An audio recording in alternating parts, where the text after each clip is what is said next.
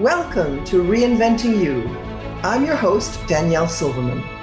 I believe that in today's world of ever-constant evolution, the only career change that matters is when what you do matches who you are and what you believe.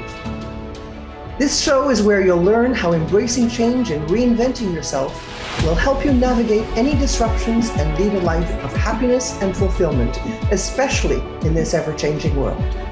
Your purpose and your meaning will drive your personal transformation. As I like to say, it's your vision, your life. Be passionate about it. Reinventing You starts now. Hello, everyone, and welcome to Reinventing You, a podcast where we talk about all things career-related. My name is Danielle Silverman, and my mission is to have people find work that matches who they are so that they can live a happier and more fulfilled life that will bring meaning and peace to themselves and to the world. Today we're diving actually. I may be driving a little bit later, but today we're diving into a topic that's both fascinating and incredibly relevant today. Understanding how economic and social trends impact your career today. As the renowned economist John Maynard Keynes once said, the difficulty lies not so much in developing new ideas as in escaping from old ones. So just for a moment today, let's pause and take an escape from old ideas and explore what the new trends are that are shaping our lives and our careers. When I read about what's going on in the economy today, I can't help but remember what it was like in the 1980s. Just as today, interest rates rose as a way of countering increasing inflation. And those of us who were around in the 1980s remember that inflation caused a rise in interest rate. But at that time, the rate soared to around 20%. I remember thinking how glad I was that I didn't own a house at the time, since the mortgage rates were around 23%, if you can imagine. But at the time, we were in a recession, and unemployment was also at an all-time high of 10%. So while we're talking about a looming recession, we have been talking about it for some time, it hasn't quite happened yet. But given history, it seems to me counterintuitive that we have both low unemployment and also relatively low interest rates today. This is the new world order. Not only are we living in a time of rapid change that's driven by technology, globalization, societal shifts, we're also living, in fact, in polycrisis. This is the new global buzzword, a word that means that there are multiple crises going on and overlapping simultaneously. So these changes, these crises, they're reshaping our economy. And by extension, they're also reshaping our careers.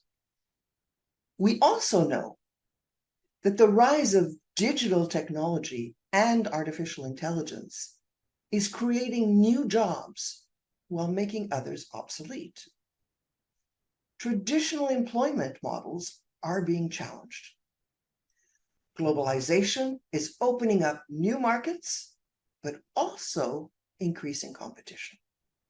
And societal shifts, such as the push for more diversity and sustainability, are changing the way businesses operate. But despite the headlines about layoffs and job cuts, excuse me, I'm getting my words a little mangled today, so you'll have to forgive me. Despite the headlines about layoffs and job cuts, the overall unemployment rate is still surprisingly low. And that's because these layoffs are mostly happening in specific sectors, while other sectors are experiencing growth.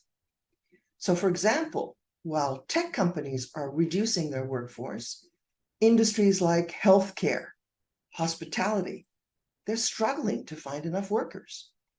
And this altogether is creating a very complex and dynamic job market. So if you're feeling confused or anxious about your career prospects, know that you're not alone. The job market is in flux, and it is affecting us all. But I'm going to talk to you about what some of the social trends are and the impact of those social trends on career. I'm also going to be talking to you about the impact on different industries, maybe bring a couple of examples of real life stories, and also how we can adapt to the changing market, what skills you need, what the role of leadership is in this new world order, and then give you some sort of conclusion as to how you should behave or what things you should look for in this way we are living in today.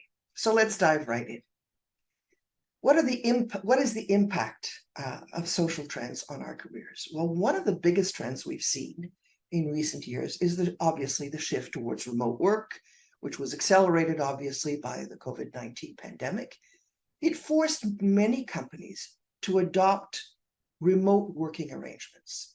And it looks like the trend is here to stay. Employees everywhere are saying they want to work remotely or in a hybrid form. Very few people are saying that they want to completely move to working at work, to going to work and staying there. This is across all studies that I've read so far. And so many companies are planning to continue offering remote work options, and many workers are keen to take advantage of this flexibility. But it's also reshaping the market in significant ways. For one thing, it's expanding the pool of job opportunities. So you're no longer limited to jobs in your local area. You can work for a company based in another city, in another part of the world even. But bear in mind, it's also increasing competition, right? Because you're now competing with candidates from all over the world. Another trend is the growing demand for contract workers. So as companies seek to become more agile, more adaptable, they're increasingly relying on contract workers to fill specific roles or to work on specific projects. And this is creating new opportunities for freelancers and independent contractors, or people who don't quite want to retire yet, those baby boomers who are still hanging on to stay in the workforce, but have a tremendous amount of talent, experience, and knowledge to provide. And at the same time, it's also creating a bit more uncertainty and instability for other workers. But the shift towards remote work and contract roles is opening up new opportunities. It's allowing people to work from anywhere. That's the bottom line. It's opening up roles that were previously limited by location. It's creating opportunities for flexible work arrangements. It's allowing people to balance work with other commitments. So where are the opportunities in this changing job market?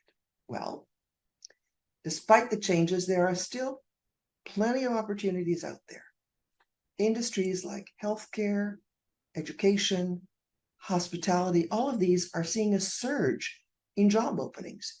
And even within struggling industries like technology, there are still roles that are in high demand. So the interesting factor is that the impact of these changes may vary depending on the industry.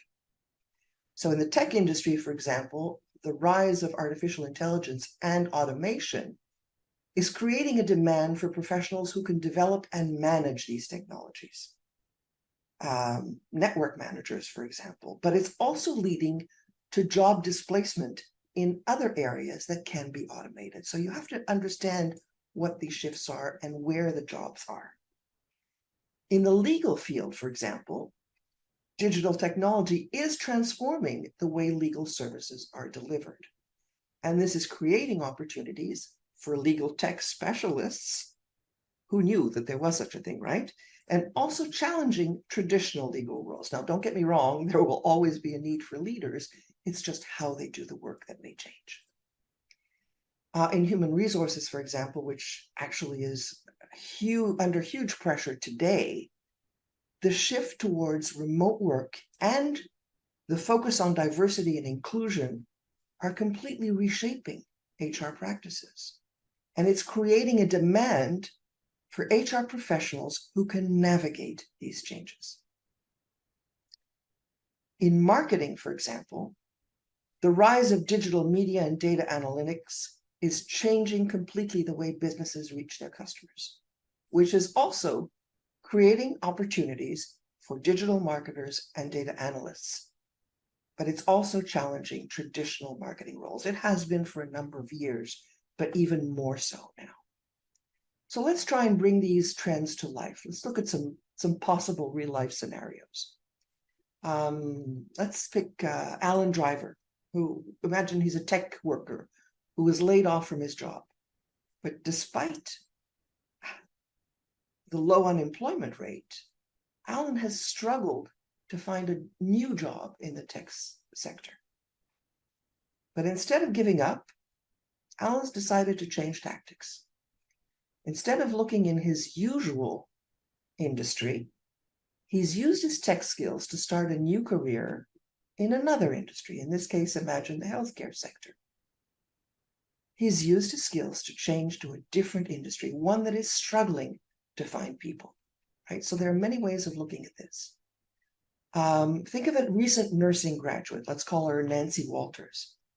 She landed a job within just 2 weeks.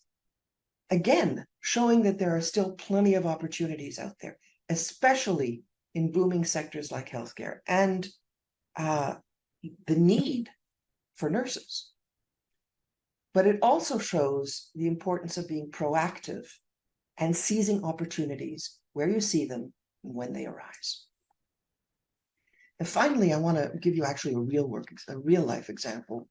I worked recently with a client who desperately wanted to change jobs simply because he was bored where he was. And I was secretly worried that it would be difficult for him to find a job, given what he did, the industry, the sector, and the skills that he had. But I was very excited when he told me that he had a job offer on the spot after his first interview with the first job that he applied to. Can you imagine? In my 20 years of working in career transition, I have never seen this happen. Someone who applied for a job online, no less, which is already very difficult because you're going through a whole group of you're going through an artificial intelligence that's reading your CV to find out if you have the right keywords for that particular job posting. And this person went to a first interview. Well, he had the introductory interview, if you will, the one that filters you with HR, and then had the interview with the hiring manager and a couple of other people, and was offered the job on the spot after his first interview. It just so happened that he fit into the culture and what the organization was looking for. So this may not be the case everywhere. In fact, I think it's rather rare, but it is possible to land a job in today's economy if you know how and where to look. In fact, my last several clients, going back actually all of last year, have all found jobs within a relatively short period of time. Incredibly so. So how do we adapt? These are very optimistic findings that I'm telling you about, but we still have to learn how to adapt. We still have to figure out what it is that we need to do in today's job market. So what are the strategies that we can use to help us to adapt to the changes that are going on in the workforce today? I've talked about them in other podcasts, so there's nothing new here, but it really is important to repeat them. Number one, embrace lifelong learning. The skills that are in demand today may not be the same ones that will be in demand tomorrow. So keep learning, keep growing, and stay curious. That's the clue. Stay curious. What's out there? Let's find out. Let's do a little research. Let's ask ChatGPT. The second is to be adaptable. Be open, like the first guy, to new industries, to new roles, to new ways of working.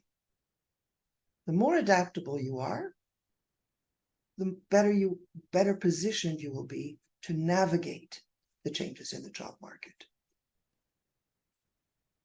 The third is to leverage your transferable skills. Okay, doesn't matter what they are. If it's your ability to solve problems, your communication skills, your knack for building relationships. In today's world, employers are looking for people more than ever who command these soft skills. I think I mentioned it in one of my most recent podcasts that communication is the number one skill that people are looking for. It is inflation proof, in fact. As long as you have that skill, as long as you have communication skills, skills at building relationships, skills at solving problems, you will be able to find a job. Those are more important than learning the techniques of the job, more important than learning about product. Those are things that you can learn on the spot. But knowing how to build relationships and how to communicate well, those are things that you own. They're part of your personality. So above all, leverage those skills. And finally, I know it may be hard for some people, but I think it's important to build your digital skills. Because as digital technology continues to transform our economy, these skills are becoming increasingly more important. Whether it's, as technical as coding or data analysis or digital marketing, these skills can open up new career opportunities.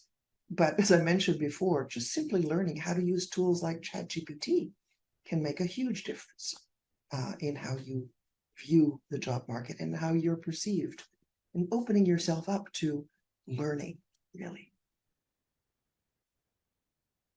In today's market, though, there is another thing that plays a tremendous role. And this has to do a lot with where you're going to choose to work eventually. Leaders play a pivotal role in navigating the changes and ensuring that organizations remain competitive and resilient. Leadership in 2023 is not just about managing teams and driving profits. No longer. Well, it still will be, but it's mostly about navigating these complexities of the job market, understanding the economic and social trends, and making specific decisions that benefit both the organization and its employees. So you see, leaders today need to be more adaptable and more flexible than ever. They need to understand the changing dynamics of the job market, the shift towards remote and contract work, and the increasing importance of digital skills. They need to be able to guide their teams through these changes. And above all, they need to understand what is driving employees today and support them by providing support. I'm using that word again, providing support, training, and opportunities for growth, and understanding that an employee a person might not want to stay within the organization if they aren't being offered those opportunities for growth and that training and that support, that it's okay for that person to move on somewhere else, and keep those bridges open, keep those links open, keep those relationships open, because you don't know what's going to happen in the future. Let's face it,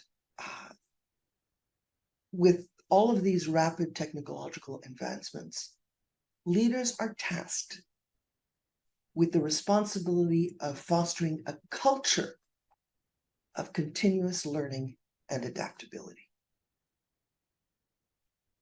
The culture of the organization is critical today. And in fact, it's what workers are looking for. Much of the quiet quitting and the real life quitting, what we call the loud quitting instead of the quiet quitting, is or the actual quitting, is about being unhappy in the culture in which you're working. It's about discovering that your values and the organization's values are not the same. So leaders really need to foster a culture that will help employees grow. They need to invest in upskilling the workforce and ensuring that, in fact, that employees are equipped with the skills that they need to survive and to thrive in this digital age. And it's particularly important in the tech sector and in the marketing sector, where demands for digital skills and data skills is particularly high. So while leaders are grappling with the challenges of remote work and hybrid work models, they also need to strike a balance between flexibility and productivity and ensure that employees are engaged, productive, regardless of where they're working from. It's a challenge. I mean, I know some organizations that actually monitor whether their employees are in front of their computer. Well, I mean, if you were at work physically in the work environment, as we used to be before the pandemic, we used to say, we called it an 8-hour workday or a 7.5-hour workday, depending on where you worked. But whoever worked 8 hours? If you got 5 productive hours in that 8-hour workday, that was really good. In fact, it was excellent.